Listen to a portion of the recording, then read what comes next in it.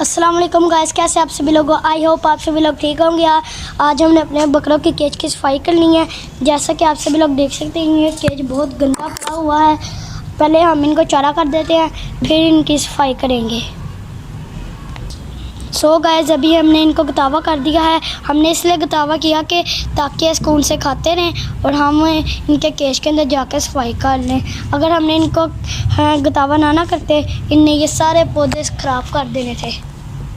अभी हम चलते हैं अपने केज की तरफ। सो गाइस, अब हम अपने बकरों के केज की सफाई करने लगे हैं। आप भी देखिए कैसे करते हैं।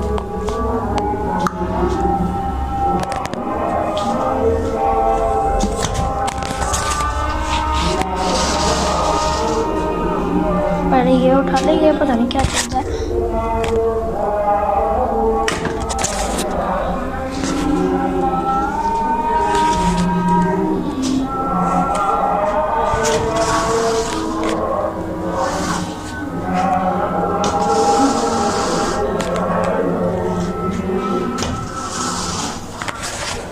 सो गाइस, अब हमने इनके केज की सफाई कर दी है।